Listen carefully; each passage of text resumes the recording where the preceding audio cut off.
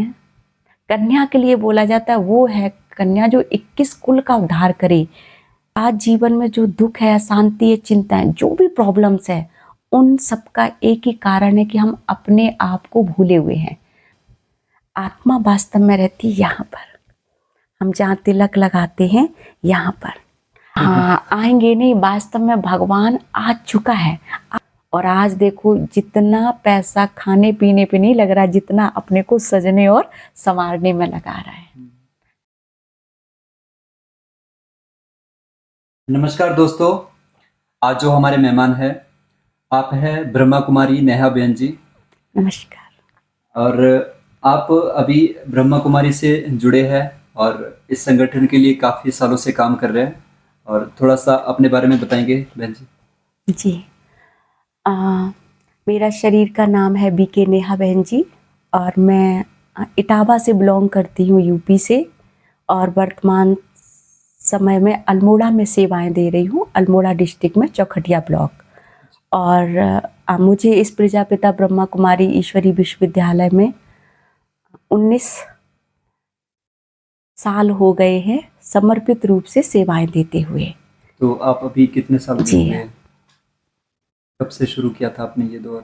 जी, मैं जब 8वीं क्लास में पढ़ती थी और मैंने एग्ज़ाम दिए, तो इस संस्था का जो मुख्यालय है तो मेरा वहाँ हुआ माउंट आबू जाना। मेरे डैडी आर्मी में हैं, तो फिर मेरा भी सपना था कि मैं आर्मी में जाऊँ।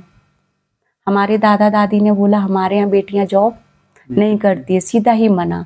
तो मेरा एकदम से पढ़ाई से मन हटा। और लेकिन मुझे बहुत गुस्सा आता था, शायद बहुत वीक पॉइंट था, पिछले जन्म का ही होगा। अगर ब्रह्मा कुमारी ना बनी होती तो कितनों की हड्डियाँ टूटी होती, आई डोंट नो, बट एक वो था। तो हमारे अंकल भी आर्मी में हैं, डैडी भी आर्मी में हैं, और अंकल भी हमारे ब्रह्मा कुमारीज में रहते हैं। तो मैं जब 8वीं क्लास में थी तो छुट्टियाँ हुई तो अंकल मुझे ले गए माउंट आबू, और मैं वहाँ 8 दिन रुकी, और मुझे वहाँ गुस्सा नहीं आया बिल्कुल। और वो मेरे अंदर था, ऐसा था टर्निंग पॉइंट। मैंने कहा हटके तो कुछ करना है। मैंने कहा गुस्सा तो सबको आता है, मेरा गुस्सा शांत हुआ, मैं सबका कर सकती हूँ। तो उस समय मैंने पूछा सबके स्माइलिंग मतलब जो फेस, तो वो मुझे बहुत अच्छा लगा। उस समय मेरे मन में आया थॉट कि मुझे भी कुछ अपने लिए नहीं करना है, ऐसा करना है जो मेरे खानदान में किसी ने ना किया हो। दुनिया अपने लिए जी रही, मुझे अपने लिए नहीं जीना, दूसरों के लिए जीना।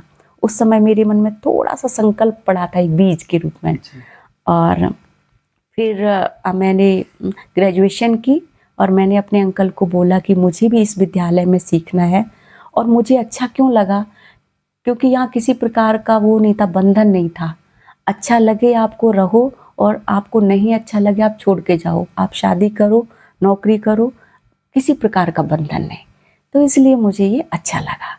तो फिर मैं ग्रेजुएशन के बाद आ गई, और मुझे आज 19 ईयर हो गए समर्पित रूप से सेवाएं देते हुए।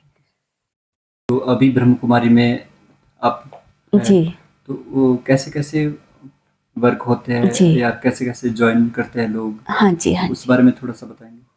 हाँ जी। ये जो ब्रह्मा कुमारीज है ये एक अंतर्राष्ट्रीय संस्थान है। ऐसे तो एनजीओ है, पर अंतर्राष्ट्रीय है। और इसको विद्यालय बोला गया, क्यों विद्यालय बोला गया, क्योंकि यहाँ किसी प्रकार का मतलब जो भेदभाव नहीं, जाति भेद, धर्म भेद, भाषा भेद नहीं है। इसका पूरा नाम है प्रजापिता ब्रह्मा कुमारी ईश्वरी विश्वविद्यालय, ना, विश्वविद्यालय। अब जैसे और विद्यालय होते हैं उनमें सब्जेक्ट होते हैं, हिंदी, अंग्रेजी, मैथ, ऐसे ही ये आध्यात्मिक विद्यालय है। तो इस विद्यालय में आंतरिक उन्नति के लिए यहाँ शिक्षा दी जाती है। तो फिर यहाँ भी मुख्य रूप से 4 सब्जेक्ट होते हैं, ज्ञान, योग, धारणा और सेवा। प्रथम सब्जेक्ट होता है ज्ञान, मतलब ईश्वरीय ज्ञान। हमें उसके अंतर्गत पहचान बताई जाती है, self realization, who am I, god realization, karma philosophy, अनेक प्रकार का दिया जाता है। धर्मों का ज्ञान, हमारे मन में जो क्वेश्चन उठते, मेरे साथ ऐसा क्यों, हमने किसी का बुरा क्यों है, हमने किसी का बुरा नहीं किया, तो इन सब का उत्तर दिया जाता है। दूसरा सब्जेक्ट है राजयोग। योग का अर्थ होता है जोड़, संबंध या मिलन।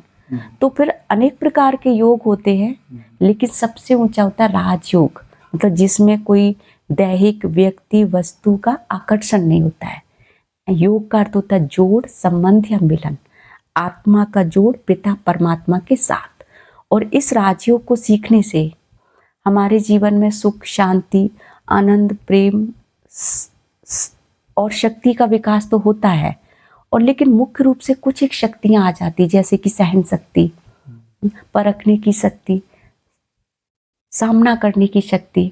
और आज इन शक्तियों की बहुत ज़रूरत है, क्योंकि इंसान को जहाँ पे चुप रहना होता है वहाँ तो बोल जाता है, और जहाँ बोलना होता है वहाँ चुप, क्योंकि क्या संतुलन नहीं है, ठीक समय पे नहीं। हम कहते हैं ना, धोखा खा लिया, परख नहीं पाया। तो राजयोग से इन शक्तियों का विकास, और सबसे अच्छा फायदा होता है स्व के ऊपर कंट्रोलिंग। अगर आज हमारे जीवन में सुख शांति नहीं है, खुशी नहीं है, तो एक ये भी कारण है। हम सबको कंट्रोल करना चाहते हैं, ये ऐसा नहीं बोलना चाहिए, इसको ऐसा नहीं करना चाहिए। माफी चाहूँगा, रोकूंगा आपको जी। पहले आपने बात करी कि हु आई एम, तो उस बारे में थोड़ा सा बताएंगे जी। अब जैसे जो इसका जो मेन है, नींव है, क्योंकि आज जीवन में जो दुख है, अशांति है, चिंता है, जो भी प्रॉब्लम्स है, उन सबका एक ही कारण है कि हम अपने आप को भूले हुए हैं। आज हमारी सारी जिंदगी मैं और मेरा में लगा दी, लेकिन ये नहीं जान पाए कि मैं हूँ कौन। अब सपोज मैं आपसे पूछूं कि आप कौन हैं, तो आपने बोला कि मैं रोहित हूँ, और मैंने पूछा आपका नाम क्या है, तो भी आपने बोला कि मेरा नाम रोहित है। तो आप बताइए, रोहित आपके जो शरीर का नाम है, आप रोहित नहीं है। ये जो रोहित नाम दिया किसने दिया? आपके माँ बाप ने नाम दिया। आज एक व्यक्ति बीमार होता है, हॉस्पिटल में एडमिट होता है, नाम लिखा जाता है फलाना फलाना, और व्यक्ति जब वो मर जाता है तो बॉडी को ले जाओ, इसका मतलब मैं वो नहीं हूँ, है ना। तो ये याद जानना कि मैं कौन हूँ, वास्तव में मैं अलग है और मेरा अलग है। मैं हूँ आत्मा और ये है मेरा शरीर। मेरा है विनाशी और आत्मा है अविनाशी, अजर अमर अविनाशी, है ना। ये शरीर क्या है? पंच तत्वों का पुतला, पृथ्वी जल वायु अग्नि आकाश। और आत्मा है सतोगुणी, मतलब 7 गुण, शांति, सुख, आनंद, प्रेम, ज्ञान, शक्ति, इनका है ना। और इनको जो दोनों को मिला के कहा जाता है जीवन। आत्मा जब इस शरीर रूपी हड्डी मांस के पिंजरे में प्रवेश कर जाती है, वो बन जाती जीवात्मा। हम देख सकते हैं, चल सकते हैं, बोल सकते हैं। और अगर आत्मा निकल गई तो उसको कहा जाता है प्राण। पूरक हैं एक दूसरे के, है ना। तो हम शरीर नहीं है, हम कौन है? आत्मा। आत्मा मीन्स अजर अमर अविनाशी शक्ति है। हमारा रूप कैसा है? ज्योति बिंदु। जैसे आसमान में सितारा चमकता है, ऐसे ही मैं चैतन्य सितारा इस शरीर में रहता हूँ। कहाँ पर रहता हूँ? अनेक मानता, कोई कहते हैं यहाँ रहती है, धक धक होता है, कुछ कहते हैं कि पूरे शरीर में ही, कोई कुछ कहता, कोई कहता है यहाँ। हम सबको इतना पता है कि एक बार अगर प्राण निकल गए तो वापस आ सकते हैं? नहीं आ सकते हैं। आज देखो एक्सीडेंट होता है, हाथ भी कट जाते, पैर भी कट जाते, व्यक्ति फिर भी जिंदा रहता है। हार्ट में रहती है, आजकल तो ऑपरेशन होता है, बाईपास सर्जरी होती है, ऑपरेशन सक्सेसफुल होता है ना। आत्मा वास्तव में रहती है यहाँ पर, हम जहाँ तिलक लगाते हैं यहाँ पर। आप देखिए, कुछ अच्छा अनुभव हुआ तो क्या कहते कि अरे वाह मेरे भाग्य, क्या कहते? वाह मेरा भाग्य। और कुछ दुख हुआ, नुकसान हुआ, अरे मेरी तो किस्मत खराब है, हाथ मेरा यहाँ क्यों जाता है? क्योंकि अगर सुख का अनुभव हुआ, दुख का अनुभव हुआ, किसको होता है? आत्मा। क्योंकि आत्मा क्या है? चैतन्य है। अब सोचो, हमारे अंदर आत्मा है, तो आपने मुझे थोड़ा सा चुटकी काटी, मुझे क्या होगा? दर्द, है ना। और जब आत्मा निकल जाती है तो इसका पोस्टमार्टम करते कुछ दर्द होता है? आज मेरे अंदर प्राण है तो मैं सब कुछ करती, शुभ कार्य करती हूँ। और जब वो प्राण जो निकल गए तो इस शरीर को क्या माना जाता है? अशुद्ध, अशुद्ध माना जाता है। इसका मतलब सारी वैल्यू किसकी है? आत्मा की। हम कहते हैं हाथ किसका है? मेरा हाथ है।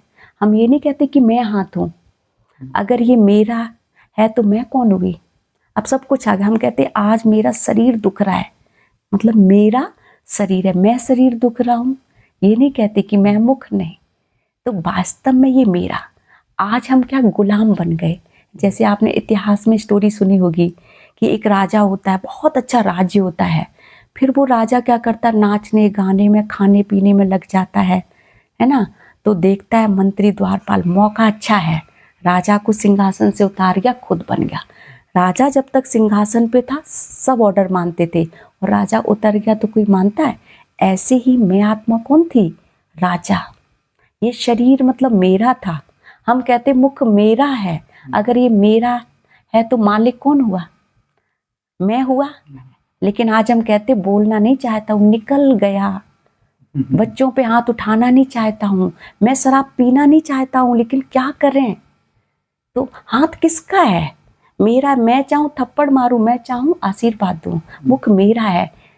आज लेकिन हम क्या देह भान में आ गए। आत्मा राजा था, मन मंत्री था, ये सब नौकर चाकर थे। देवी देवता अर्थार्थी होता सोल कॉन्शियस, उनको बोलना नहीं पड़ता था मैं आत्मा हूँ, वो नेचुरल था। उनके अंदर सातों गुण जो नेचुरल थे, जिसके अंदर सातों गुण है वो देवता कहलाता है ना। तो गॉड को कैसे डिफाइन करेंगे जी हाँ जी। तो ये जो आत्मा का जो बताया अभी कि बस ये सोल कि मैं आत्मा कौन हूँ, यहाँ रहती हूँ, आंखों द्वारा देख रहे, मुख द्वारा बोल रहे, कानों द्वारा सुन रहे। हमारा जो कर्तव्य क्या है, बैलेंस रखना, अपने इस शरीर का भी ध्यान रखना और अपने इसका भी, ड्राइवर का भी ध्यान रखना। हम सब इसका ध्यान रखते हैं शरीर का, है ना। हम सारा बाजार में जाते हैं, फूड क्वालिटी चेक करते हैं, रखा हुआ तो नहीं है, वॉकिंग कर रहे हैं, अवेयरनेस आ गई। लेकिन आज आवश्यकता है इसके अंदर जो शक्ति है आत्मा, उसका भी ध्यान रखने की। उसका भोजन क्या है, विचार। उसका जो निगेटिव भोजन क्या है, निगेटिव विचार क्या है, तला भुना चटपटा भोजन। आप ये दोगे मन कमजोर हो जाएगा, आत्मा की ताकत घट जाएगी। इसको देना सकारात्मक विचार, अच्छे विचारों का भोजन। अब आता है कि अच्छे विचार आएंगे कैसे। आज हम सबको पता है गुस्सा नहीं करना, झूठ नहीं बोलना, प्यार से रहना, लेकिन नहीं रह पाते। हमारे अंदर शक्ति नहीं है, हमारे अंदर वो शक्ति नहीं है। हर कोई शांत रहना चाहता है, हर कोई प्यार से रहना चाहता है, लेकिन रह नहीं पाता। और जब वो नहीं रह पाता है तो दूसरों से मांगता है। कहते हैं ना, आप भी शांत रहो, हम भी शांत रहें, और कुछ नहीं चाहिए। हम सोच रहे हैं आप शांत रहें, और आप सोच रहे हैं मैं, हम भी खाली आप भी खाली। फिर कहते दुनिया सब मतलबी है, कोई किसी का नहीं है। फिर कहते लगो जी पैसा। हमने देखा जो पैसे वाले वो हंस रहे हैं, है ना, हम लगे फिर पैसा। हमने कितने लोग ऐसे देखे हैं कि उनको अपने परिवार से, घर से कुछ मतलब नहीं, पैसा पैसा पैसा। आ गया पैसा, लेकिन ये चीज़ें नहीं आई, और ये चीज़ें नहीं आई, फिर वो भगवान की शरण अपनाते हैं। है भगवान दाता, हम सबको पता है कि वो ज्ञान का सागर, प्रेम का सागर, शक्तियों का भंडार है। हाँ, लेकिन उससे लेने की विधि ठीक नहीं है, उससे हमें ठीक से जो कनेक्शन नहीं जोड़ा। तो जब भगवान से मांगने पर भी नहीं मिलता है, फिर लोगों का भगवान से विश्वास उठ जाता है। आपने सुना होगा लोग क्या करते, देवी मैया का छतर भी उठा के फेंक देते हैं। लोग कहीं पहले वैष्णो देवी जाते, मंदिर जाते, फिर कहते नहीं कुछ नहीं है। तो वास्तव में क्या है कि ऐसी बात नहीं है कि वो भगवान को नहीं मानता है, उनके अंदर ये सातों गुण नहीं थे। लोगों से डिमांड रखा, नहीं मिला। फिर उन्होंने पैसा भी कमा के देख लिया, नहीं मिला। फिर वो भगवान की शरण में गए तो ठीक से कम्युनिकेशन नहीं था, क्योंकि भगवान की सत्य पहचान नहीं थी। फिर कहते जीना ही नहीं है, अब तो मर जाएं। फिर किसी ने मर के भी देखा, लेकिन फिर तो आत्मा और भटकी। और अब वर्तमान में हो गया मरने से कुछ नहीं होगा, इसको मारो। आज घर घर में ह्यूमन बॉम्ब तैयार बैठा है। आप देख रहे हो, अभी देखो पहलगाम में कैसे अटैक हुआ। कहने का अर्थ ये कि ये जो है सातों गुण, हम लोगों में, चीजों में, वस्तुओं में ढूंढ रहे हैं, कहाँ ये हमारे अंदर है। अब लेकिन आए कैसे, वो शक्ति नहीं है, और वो शक्ति मिलती है उस परमात्मा से। अब उसके लिए जानना है कौन भगवान। हम सबको पता है कि हम कहते हैं ना, ईश्वर सत्य है, और सत्य हमेशा एक होता है। भगवान एक वचन है ना, अनेक भगवान नहीं हो सकते। है कौन एक वो भगवान? जैसे एक होता ना सोनार होता है, कसौटी होती है, तो वो परख के देख लेता है कि सोना असली है या नकली है, कितने कैरेट का है। तो ऐसे ही कुछ एक बातें हैं जो स्वयं हमें भगवान ने बताई, हम वो आपके सामने भी रखेंगे। 5 बातें कि भगवान वो जो सबसे ऊंचा हो, क्योंकि हम सबको पता है भगवान से ऊंची सत्ता कोई दुनिया में नहीं है।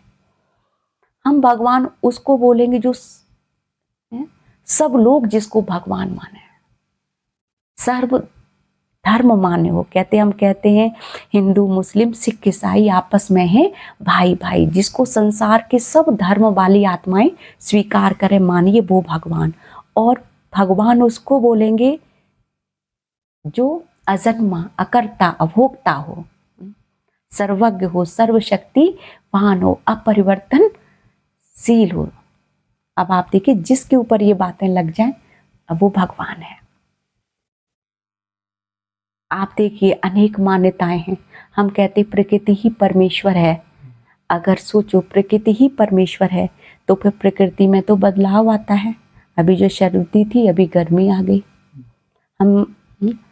हम जो भगवान कहते हैं जल को, हमें जीवन भी देता है, तो अगर बाढ़ आती है तो उससे मृत्यु भी हो जाती है। पोइट कहता है जिसकी रचना इतनी सुंदर वो कितना सुंदर होगा। इसका मतलब प्रकृति रचना है और इसका रचयिता कोई और है। ये वास्तव में क्या भावनात्मक सत्य है। अब आप विचार कीजिए, हम कहते पीपल के पेड़ में मतलब भगवान का वास होता है, कितने देवताएं रहते। सोचिए अगर हमारे ऋषि मुनियों ने ये भावना ना बिठाई होती, आज एक भी पीपल का पेड़ बचता? आज भी आप दिल्ली मुंबई जैसे शहरों में देख लो, पीपल का वृक्ष हो, कोई सा वृक्ष हो, बच रहा है। आज हम तुलसी मैया को भगवती मैया कहते हैं। अगर ये भगवती मैया की भावना ना बिठाई होती, उस छोटे से पेड़ पे कोई पानी मतलब जो देता, और ये हम पर उपकार करते हैं, ऑक्सीजन का स्रोत है, अगर ये नहीं है तो हम भी नहीं हैं। तो ये भावनात्मक सत्य है। हमने देखा कुछ लोग 1 बाल्टी का यूज है, आराम से 6 बाल्टी, इतना भोजन ले लिया प्लेट में, ऐसे फेंक दिया। कितने लोग हैं, कुछ लोग हैं अननेसेसरी जो लाइट जला रहे हैं, है ना। तो ये चीज हमें सिखाता है दुरुपयोग नहीं करना है किसी भी चीज का, है ना। कुछ लोग हमने देखा पेड़ पौधों को छेड़ते हुए चलते हैं। हमें अनावश्यक किसी को कष्ट नहीं देना। ये भावनात्मक सत्य है कि हम इनका आदर करें, सत्कार करें। लेकिन ये क्या है, रचना है उस परमेश्वर की, है ना। फिर कुछ लोग कहते हैं भगवान सबके अंदर है। एक ये भी टॉपिक बहुत बड़ा है। अब सोचने वाली बात है, भगवान सबके अंदर है, फिर तो सबके अंदर माने सब में हो गया। बिल्ली में भी भगवान है। फिर तो अगर बिल्ली दूध पी गई तो आरती उतारो ना कि भगवान जी ने दूध पी लिया। हम क्यों मार रहे हैं? अगर सबके अंदर है भगवान, हम फिर आपको जो गाली देंगे, हम आपकी निंदा। आज हम लोग कह तो दे रहे हैं कि भगवान है सबके अंदर, लेकिन वो बात हर चीज के पीछे अध्यात्म है। हमारे ऋषि मुनियों ने बहुत अच्छी बातें लिखी हैं। ये भावनात्मक सत्य है। एज ए एग्जाम्पल मैं आपको शॉर्ट में बताऊं, अगर आप किसी बहुत मुसीबत में हैं, हमने आकर के आपकी मदद कर दी, आपके मुंह से क्या निकलता है? हमने उस भगवान को तो नहीं देखा, हमारे लिए तो आप ही भगवान हैं। हमसे लोग कहते हैं कई बार, बहन जी आप अकेले जा रहे हैं? मैं कहती नहीं, शिव बाबा मेरे साथ है, उसकी याद मेरे हर साल है ना। बच्चा पिता के अंदर नहीं समाया होता, लेकिन बच्चे मतलब पिता को सब पता होता है। सूर्य है, सूर्य का प्रकाश आता है कमरे के अंदर, हम ये नहीं बोलेंगे कि सूर्य अंदर आ गया कमरे में। तो उस भगवान, क्योंकि हम उसके बच्चे हैं, उसके गुण शक्तियां हमारे अंदर आती हैं, है ना। आप देखिए लाइट भी प्रकाश दे रही है, और भी प्रकाश देने वाली मोमबत्ती, बल्ब, ट्यूबलाइट है, लेकिन हम सबको तो सूरज नहीं कह सकते हैं ना। तो बस ये है कि भगवान कौन है, बस उसके बारे में जानना, ठीक है। तो ईश्वर वास्तव में क्या है? सर्वशक्तिवान है ना, लेकिन वो सबके अंदर नहीं है। ये भावनात्मक सत्य है। गृहस्थ जीवन के बारे में हम कुछ बात कर सकते हैं? हाँ जी, ऑफ कोर्स। जैसे आप ब्रह्मा कुमारी है, जी। तो गृहस्थ जीवन में आना हो, उसकी कोई प्रक्रिया होती है या फिर अपने स्वेच्छा से आप? हाँ, इसमें जैसे ऐसे होता है, हम जैसे वहाँ मैं रहती हूँ जहाँ पे विद्यालय में जहाँ पे निमित्त हूँ, तो अनेक वहाँ भाई-बहनें ऐसे आते हैं जो घर गृहस्थ में भी रहते हैं और वो रोज़ 1 घंटा मेडिटेशन करने के लिए आते हैं। यहाँ किसी प्रकार का वो बंधन नहीं होता है कि आप जैसे हम आते भी अपनी इच्छा से और अपनी इच्छा से जा भी सकते हैं। हमने देखा कितने भी भाई-बहनें आते हैं, कोई 3 साल तक रहे, 4 साल तक रहे, फिर उनको नहीं अच्छा लगा तो उन्होंने जाकर के मैरिज कर ली। कुछ लोग तो ऐसे भी देखिए 15 साल तक रहे, इसमें किसी प्रकार का बंधन नहीं है। कुछ लोग क्या करते हैं, शादी कर लेते हैं, फिर वो बाद में ज्ञान में आते हैं। हाँ, लेकिन आप जो समर्पित रूप से आश्रम पर नहीं रह सकते, क्योंकि फिर क्या होता है, शादी आपने की है तो आपकी ज़िम्मेवारी हो जाती है, बच्चे हैं, पति है, परिवार है, फिर आप डेडिकेटेड रूप से मतलब जो नहीं रह सकते। अब जैसे मैं आपके अंदर इतना डेडिकेशन हाँ, आया? अब जैसे मैं अपना बताऊँ, अगर जो मैं बिलॉन्ग करती हूँ ब्राह्मण फैमिली से, हमारे यहाँ ये था कि अगर मतलब बेटी की शादी नहीं हुई तो बहुत बड़ी बात हो जाती है। तो हमारा भी ऐसे रहा शुरू में, तो सबको ज्ञान मिला, मेरे पेरेंट्स थे सारे ज्ञान में, उनको ज्ञान नहीं था पेरेंट्स को, पर मेरे जो ब्रदर थे सबको ज्ञान था। तो उनको लगा शुरू में ये गई है इतने नाज नखरे से पली है, अपने आप लौट के आ जाएगी। जब उन्हें लगा मैं पक्की हो गई, फिर आखिर में उन्होंने मम्मी पापा को मेरे बारे में बता दिया। पहले तो मैं छुप के रह रही थी कि अंकल के पास रह रही है, पढ़ाई कर रही है, और लेकिन जब मेरे परिवार वालों को पता लग गया तो फिर घर में लड़ाई झगड़ा शुरू हुआ। और मेरी मम्मी जो एकदम से उनको जो नर्वस ब्रेकडाउन हुआ, क्योंकि एक बार उनको पहले से ही, मैं जब बिल्कुल छोटी थी 6 मंथ की, तब उनको पागलपन का दौरा पड़ा था, तो आगरा के हॉस्पिटल में शॉट्स लगे थे। फिर दोबारा से मेरा सुना दोबारा, तो उस समय मुझे आश्रम वालों ने बोला कि नहीं, ये कार्मिक अकाउंट होता है, ये रूल वो रूल। लेकिन मेरी अंतरात्मा ने आवाज़ दी कि मैं सबको ज्ञान देती हूँ, जिस माँ ने मुझे पैदा किया उसको कुछ हो तो मैं अपने को माफ़ नहीं कर पाऊँगी। तो मैंने बैग उठाया और मैंने उनको एक बात बोली कि दीदी, जो समर्पण होता है दिल का होता है, हमें फाइल्स की ज़रूरत नहीं है। इस समय मुझे लगता है ज़रूरत मेरी माँ को है। हालांकि उसने नहीं सोचा, मतलब मेरे ब्रदर ने नहीं सोचा, क्योंकि उसको भी पता था कि मम्मी को पता लगेगा इनकी मेंटल हालत, लेकिन इंसान फिर वो आ जाता ना क्रोध में, वो कुछ नहीं सोचता है। मैंने बैग उठाया, मैं मम्मी के पास आई, और आई थिंक अगर मैं उस समय नहीं आती तो आज मेरी माँ इस दुनिया में जिंदा नहीं होती। लेकिन अंतरात्मा से डिसीजन लिया, मैं आई, मैं मम्मी के पास रही। लेकिन कहते ना, जब आपकी इच्छा शक्ति संकल्प होती है तो फिर मेरे संपर्क में एक आए, भाई आए, और ऐसी बातचीत हुई, तो ऐसी बात रखी, उन्होंने बोला कि मैं आपको सपोर्ट दूंगा। तो ऐसे किया उन्होंने, कहा कुछ भी जैसे परिवार वाले ऐसे करते। मैंने कहा भैया, ये आपका एहसान मैं कभी नहीं भूलूंगी, अगर आप मेरी ज़िंदगी अगर बचा सकते हैं। तो बोले एज डिफरेंट है। हमने कहा ऐसी बात है, वो आप मेरे ऊपर छोड़ दो, मेरे परिवार वाले मान जाएंगे, बस आप एक बार निकल जाएं। और मेरे परिवार वालों को ये था कि इसको मैं कैसे भी करके बांध दूं, क्योंकि उनको ये था कि ये सब संस्थाएं, और उनकी भी गलती नहीं है, क्योंकि दुनिया में फ्रॉड है रियल में, क्योंकि अनेक बाबाएं, अनेक संस्थाएं ऐसी निकल गई हैं। तो आज मैं सोचती हूँ कि वो अपनी जगह एकदम से ठीक थे, क्योंकि उनको लगता है आज इसने शादी नहीं की, कल को कुछ हो, तो उनका बस ये कहना था मैरिज करो फिर आप कहीं जाओ। हमें भी पता था कि मैरिज होने के बाद हम इतना वक्त जो नहीं दे सकते हैं, पर मतलब मेरी इच्छा शक्ति थी, तो मुझे ऐसा एक साथी मिला जिसने मुझे सहयोग दिया।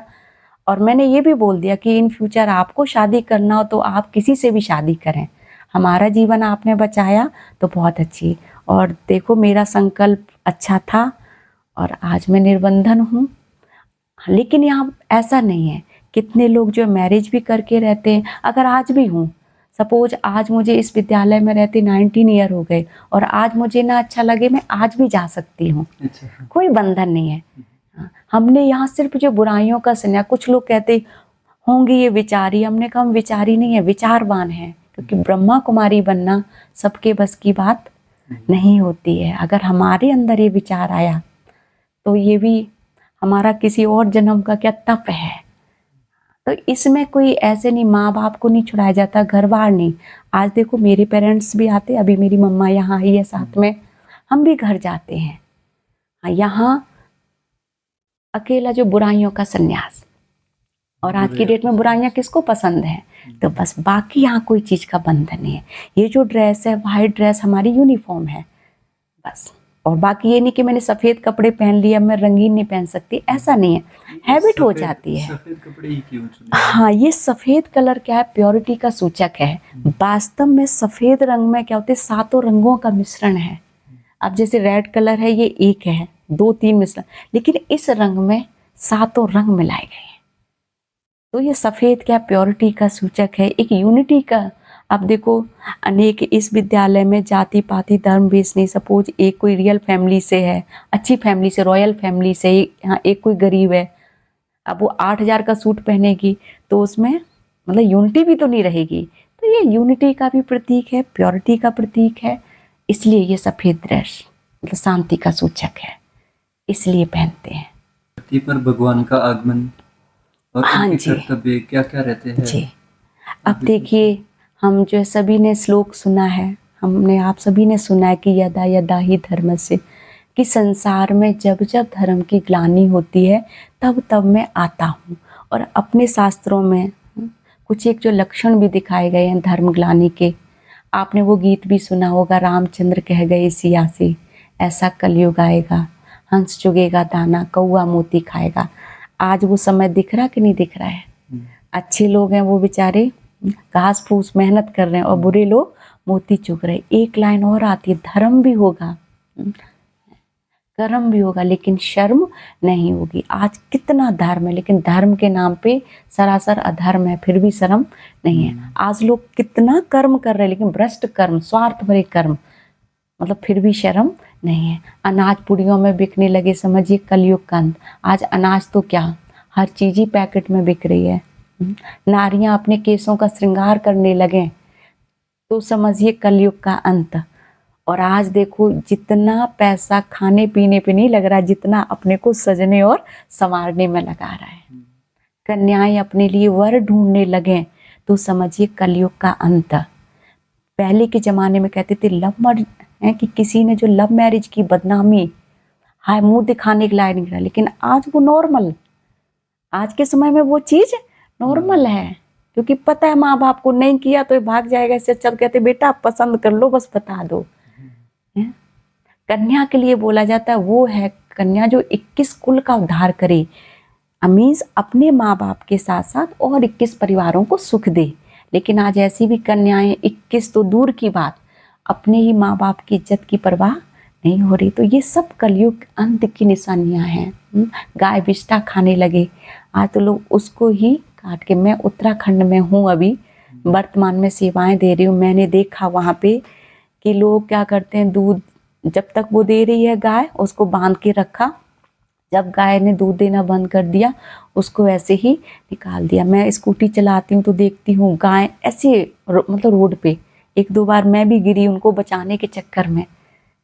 हम देखते हैं आजकल तो इंजेक्शन से ही बच्चे मतलब वो कर रहे हैं। तो मैंने देखा गाय ने अगर बच्चा नहीं दिया तो लोग उनको ऐसे पानी खाना दे रहे मजबूरी से। अगर आपका बच्चा जो है नौकरी ना करे, आप क्या घर से निकाल दोगे? हैं, हम एक और तो क्या कर रहे हैं, गौ माता के लिए रोटी निकाल रहे हैं, है ना, हम गौ माता के लिए रोटी निकाल रहे हैं। दूसरी ओर अब देखो अच्छा विचार क्या है इसमें, आप लोग देखो स्पेशली बनाते, गौशाला बनाते हैं। आप सोचिए कि अहो मेरे सौभाग्य कि इस बार मुझे गौ माता की सेवा करने का मौका मिला है। हम जाते हैं गांव-गांव में सेवाएं करने के लिए, हम देखते हैं वहाँ, क्योंकि एक रिफॉर्मर है तो हर चीज़ पर दृष्टि देती है।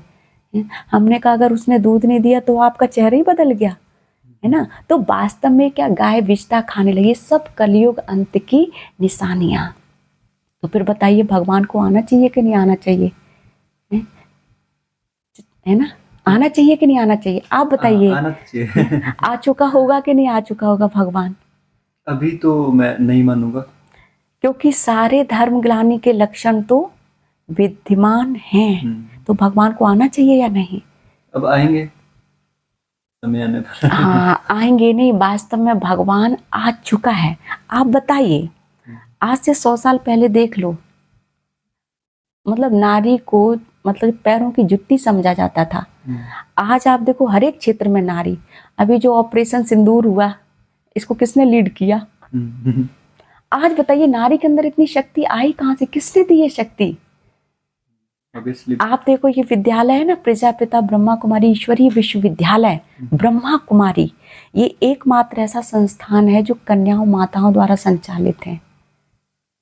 50,000 बहनें हैं डेडिकेटेड, कोई इंजीनियर है, कोई डॉक्टर, कोई ऐसे नहीं, सब प्रकार के हैं। आज सरकार भी आज हैरान है विश्व की औरतों के लिए। कहा जाता है कि 2 औरतें मिल जाएं तो वहाँ बर्तन खटकते हैं आज। और ये 1 साल से नहीं, 89 ईयर से ये संस्था है कार्यरत। 89 ईयर। कब वो हुई थी इसका हाँ स्थापना? हाँ 37 से 1937-36 में। हाँ जी 89 ईयर हो गया। आज भी कहते कि औरतों में ये नारियों द्वारा संचालित ये आज तक कैसे है? क्योंकि देखो जब धर्म की ग्लानि, मतलब जितने भी धर्म हैं, जब वो जीरो पे आ जाते हैं तब भगवान को धरती पे आना पड़ा। आपको एक चीज और पूछूं, आप देखो हम जो ब्रह्मा जी को भी सृष्टि का रचयिता कहते हैं, जी जी। और जो शिव जी को भी क्या मानते हैं? बीज, मतलब सृष्टि का कर्ता है ना, उनको भी परमात्मा कहते, रचयिता। शिव जी को भी और ब्रह्मा जी को। अब रचयिता एक वचन है, और आपने नोटिस किया हम कहते हैं ना ब्रह्मा विष्णु महेश, है ना, शिवरात्रि में शिव जी के ऊपर बेलपत्र अर्पित करते हैं ना, ब्रह्मा विष्णु महेश। और आप देखो तीनों देव, मतलब देवी देवताओं को कैसा दिखाया? ब्रह्मा जी को कैसा दिखाया गया? दाढ़ी मूछ वाला बुजुर्ग। इसके अलावा बताइए किसी भी देवता को दाढ़ी मूछ दिखाई गई? किसी भी देवता को बुजुर्ग दिखाया? ब्रह्मा जी को क्यों दिखाया गया? फिर जो शंकर जी को कैसा दिखाया? निर्वस्त्र, सांपों की माला। और किसी देवता को सांपों की माला पहने दिखाई दिया? बढ़िया सुगंधित पुष्प चढ़ाते हैं, है ना। और जो विष्णु जी को कितनी भुजाएं दिखा दी? कितनी भुजाएं दिखाते? 4 भुजाएं। आज एक आदमी भी अगर उसकी एक अंगुली भी छठी निकल जाए ना, हॉस्पिटल में जाके निकलाता है पहले, है ना। और देवताओं को हम कहते हैं सर्वगुण संपन्न, तो उनको 4 भुजाएं, फिर उनको सर्वगुण संपन्न कैसे कहेंगे, है ना। तो इनके पीछे है क्या रहस्य? ब्रह्मा जी को बुजुर्ग क्यों दिखाया? उनका आसन क्या दिखाएगी? कमल का फूल। अब फूल पे तो पत्थर भी रखो वो भी गिर जाए, मनुष्य कैसे बैठेगा? वास्तव में प्रतीक है, क्योंकि भगवान को कहा जाता है करण, उसको मतलब बोला था निराकार है, खुद नहीं करता है, करवाता है ना। इसलिए देखो वो 3 पत्ते दिखाते एक डंडी से मिले होते हैं। तो इसलिए देवों के भी देव क्या कहते हैं? महादेव, महादेव। तो ब्रह्मा विष्णु महेश, क्योंकि देखो भगवान के जितने भी नाम है वो किस पे? शरीरों पे नहीं है। हमारे आपके नाम होते हैं आत्माओं के शरीरों पे आधारित होते हैं। किसी का नाम होता है खुशी देवी, लेकिन उसका मुंह लटका रहता है ना। किसी का नाम होता है राधे कृष्ण, ना उनमें राधे वाले गुण ना कृष्ण वाले। लेकिन भगवान के जितने नाम है वो गुणों पर आधारित है। जैसे उनको अमरनाथ, अमर माने मतलब अमर माने इमॉर्टल, नाथ माने पिता, उनको विश्वनाथ, विश्व का पिता, भूतनाथ। हम आत्माएं भूत जैसी बन गई, हमारा भी पिता वो परमात्मा, मुक्तेश्वर, है ना, पापों से मुक्त करने वाला ईश्वर। तो ऐसे ही उनको अंग्रेजी में क्या कहते? गॉड कहते, GOD, गॉड। तो जी मान जनरेटर, सृजन करता, ओ माने ऑपरेटर जो पालन करता, और डी माने डिस्ट्रक्टर, ना, संहार करता। तो वो ब्रह्मा विष्णु महेश है ना। अब वो ब्रह्मा जी के द्वारा क्या करते? नई दुनिया की। अब देखो अधर्म कब है? अब अभी है ना अधर्म। अभी दुनिया किसकी है? किसकी दुनिया है? मनुष्यों की दुनिया है, देवताओं की दुनिया है, या असुरों की दुनिया है? ज्यादा तो अभी असुरी प्रवृत्ति आ रही है। हाँ असुर के रूप में, लेकिन फिर भी वो है क्या? इंसान है ना, मनुष्य है। तो आप बोलिए, जैसे देखो अभी ये भी हिमाचल है और मैं भी उत्तराखंड में रहती हूँ, मैंने भी वहाँ का कल्चर देखा। जैसे अपने यहाँ क्या करते, जागरी लगाते हैं, देवी देवता नाचते हैं, अपने यहाँ पूछ करते हैं। कैसे आती है वो? आत्मा ही तो आती है। आप सपोज मानो आपके अंदर देवी आई और वो आके निकल गई, है ना। ऐसे ही अब वो जो परमात्मा है वो भी आत्मा, लेकिन वो क्या? परम आत्मा। हम भी आत्माएं हैं, हम किस में आती, जन्म मरण में आती हैं, तो हमारे गुण ऊपर नीचे होते हैं। और जो ईश्वर है तो वो जन्म मरण में नहीं आता। हम भी ज्योति, आत्मा माने क्या, ज्योति, प्रकाश पुंज, और जो वो भी ज्योति है, लेकिन वो क्या, परम ज्योति है ना। तो हम क्या करते हैं, गर्भ में प्रवेश करते हैं। परमात्मा जो गर्भ में प्रवेश नहीं करता, उसका अवतरण होता है, पर काया प्रवेश। आपने देखा होगा देवी देवताओं की मूर्ति की स्थापना होती है तो चौखट के अंदर से ले जाते हैं, लेकिन अगर आपने देखा होगा जहाँ पर शिवलिंग की स्थापना होती है तो उसको क्या करते हैं, ऊपर से लाया जाता है, उसको चौखट से प्रवेश नहीं कराते हैं। तो इसलिए कि ईश्वर, इसलिए उनका नाम पड़ा शिव शंभु, मतलब जो स्वयंभू, वो अवतरित होते हैं परम धाम से, क्योंकि उनका ठिकाना कहाँ है, आरती गाते ना, पार ब्रह्म परमेश्वर तुम सबके स्वामी। तो वो ब्रह्म लोक, उसको परम धाम कहो, निर्वाण धाम कहो, मुक्ति धाम कहो, वो वहाँ के रहने वाले हैं। तो अभी दुनिया किसकी है, मनुष्यों की। तो अगर ईश्वर को अधर्म का विनाश करना है, सत धर्म की स्थापना करना है, तो मीडियम तो चाहिए ना। अभी मनुष्यों की दुनिया है तो भगवान किसका आधार लेगा, उस मानव तन का आधार लेगा। और पहले आधार लेने के पहले क्या करता है, उसका प्योरिफिकेशन करता है। इसलिए उस मनुष्य सृष्टि का प्रतीक कौन है, ब्रह्मा जी। तो ईश्वर जिस मानव तन का आधार लेता है वो किसका लेता है, वृद्ध मानव तन का। आज भी देखो, इसलिए अपने यहाँ कोई भी बुजुर्ग आता है, क्या कहते हैं, भगवान ना जाए, आज तक भी, क्योंकि आत्मा में बेशक वो सब भूल जाए, बट कहीं ना कहीं वो संस्कार अंदर है कि हम बुजुर्ग, क्योंकि भगवान ने वृद्ध मानव तन का आधार लिया, पहले उसके जीवन को कैसा बनाया, कमल फूल समान। अब